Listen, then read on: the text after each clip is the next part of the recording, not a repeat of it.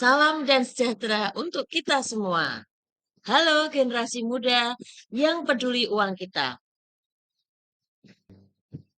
Saya Novianti Twiratnasari, guru SMK Negeri 2 Blora, mengajar produktif tata busana pada Mapel Produk Kreatif dan Kewirausahaan.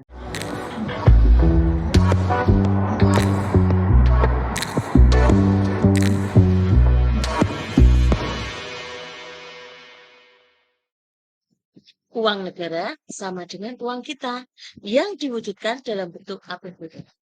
Apa itu APBN? Apa itu APBN?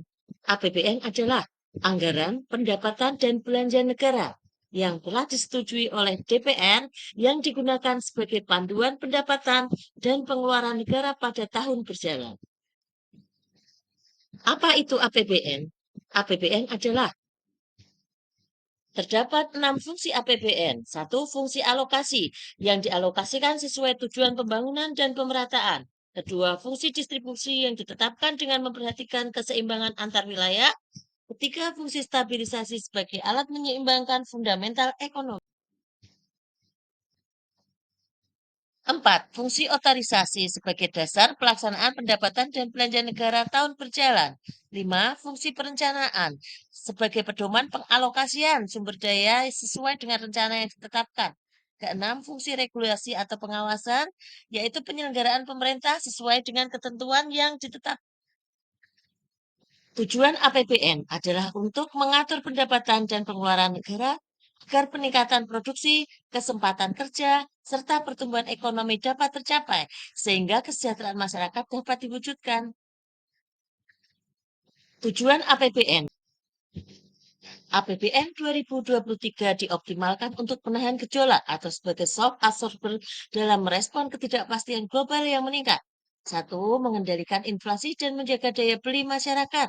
2. Mempertahankan momentum pemulihan dengan mengurangi pengangguran dan tingkat kemiskinan. 3. Menjaga prioritas belanja dengan memperkuat produktivitas dan fondasi perekonomian nasional. Tema APBN 2023, peningkatan produktivitas untuk transformasi ekonomi yang inklusif dan berkelanjutan. Pendapatan negara dengan jumlah 2.463 triliun dan belanja negara sejumlah 3.061,2 triliun, sehingga terdapat defisit APBN 598,2 triliun, yaitu 2,84% dari PDB. Ini adalah alokasi belanja pemerintah pusat. Yang terbesar adalah dalam pelayanan umum, 664,1 triliun, 29,56%. Kemudian concern kita adalah pendidikan, 234,1 triliun, 10,12%. Kemudian untuk kesehatan adalah 96,6 triliun, 4,3%. Ini adalah alokasi belanja pemerintah pusat yang Dana transfer ke daerah ditujukan untuk meningkatkan sinergi kebijakan fiskal dan harmonisasi belanja pusat dan daerah. 2. Memperkuat kualitas pengelolaan transfer ke daerah. 3. Memperkuat penggunaan TKD untuk mendukung sektor-sektor prioritas. 4. Meningkatkan kemampuan perpajakan daerah atau local taxing power. 5. Mendorong pemanfaatan instrumen pembiayaan untuk mengatasi keterbatasan kapasitas fiskal. Dana transfer ke daerah ditujukan dari mana kita mendapatkan sumber pendapatan negara? Dari PNBP, hibah, kebawahan dan cukai, kemudian dari pajak. Dan bisa kita lihat bahwa pajak adalah merupakan sumber pendapatan negara terbesar. Dari mana kita mendapatkan sumber pendapatan negara? Dari PNBP, hibah, kebawahan dan cukai, kemudian dari pajak. Dan bisa kita lihat bahwa pajak adalah merupakan sumber pendapatan negara terbesar. Kita tegaskan lagi, APBN adalah uang kita. Maka peduli APBN sama dengan peduli uang kita. Mengapa generasi muda perlu paham APBN? Karena satu, generasi muda Indonesia berperan penting bagi pembangunan dan kemajuan negara. Kemudian untuk memberikan masukan alokasi APBN bagi sektor kunci seperti kesehatan, pendidikan, dan jaring pengaman sosial. Kemudian, generasi muda merupakan investasi jangka panjang bagi kemajuan bangsa yang akan membantu menciptakan masyarakat yang lebih dinamis, inovatif, dan berkelanjutan. Selanjutnya, Generasi muda menjadi agen perubahan yang lebih efektif jika memiliki pengetahuan yang cukup untuk berpartisipasi dalam perdebatan dan mencari solusi. Generasi muda juga adalah merupakan elemen kunci dalam pembentukan masyarakat yang partisipatif, bertanggung jawab, dan berperan aktif dalam pembangunan. Bagaimana pandangan generasi muda terhadap APBN? Sering tidak puas terhadap pengalokasian anggaran, suka menuntut pertanggungjawaban dan transparansi penggunaan anggaran, kritis terhadap utang negara dan dampaknya bagi generasi berikutnya, mudah terpengaruh berita di media sosial, dan enggan berpartisipasi tetapi mudah menghakimi. Bagaimana pandangan generasi muda terhadap APBN?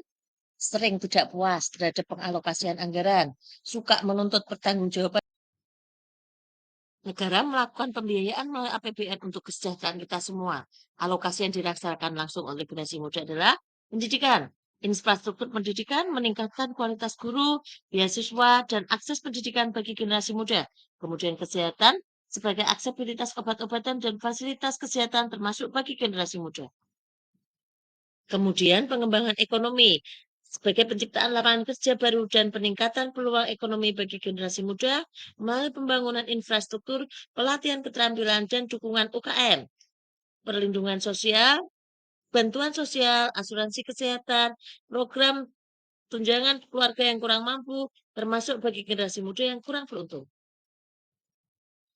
Apa yang bisa dilakukan generasi muda? Meningkatkan pendidikan kesadaran keuangan, berpartisipasi dalam proses demokratis agar suara kaum muda terwakili, berpartisipasi dalam ORNOP untuk memastikan suara generasi muda didengar dalam proses pengambilan keputusan, kemudian mendorong kebijakan yang mendukung pertumbuhan ekonomi yang inklusif dan berkelanjutan. Kemudian apalagi? Mendorong inovasi dan kewirausahaan untuk meningkatkan pertumbuhan ekonomi dan meningkatkan penerimaan negara. Menerapkan teknologi dan inovasi dalam pengelolaan keuangan dan administrasi publik, patuh pajak, dan berkontribusi pada penerimaan negara, berpartisipasi dalam program pengembangan SDM untuk meningkatkan kualitas tenaga kerja. Matur sembah nuwun, kita harus bahagia, kerja keras, dan sukses.